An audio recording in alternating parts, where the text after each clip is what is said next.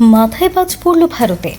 সেমিফাইনালের আগে ছিটকে গেলেন দুই মহাতারকা। এই মুহূর্তের সবচেয়ে বড় আপডেট, জানেন কারা বাদ গেলেন?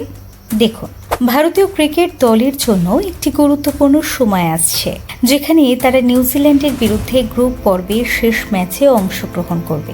এই ম্যাচটি সেমিফাইনালের আগে অনুষ্ঠিত হবে এবং এর ফলাফল গ্রুপ চ্যাম্পিয়ন নির্ধারণ করবে।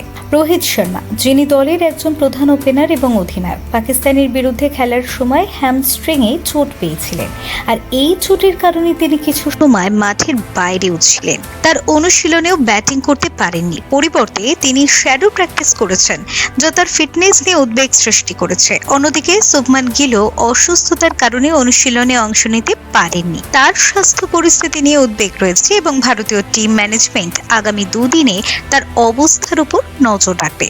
যদি তিনি পুরোপুরি সুস্থ না হন, তাহলে তাকে খেলানো হবে না।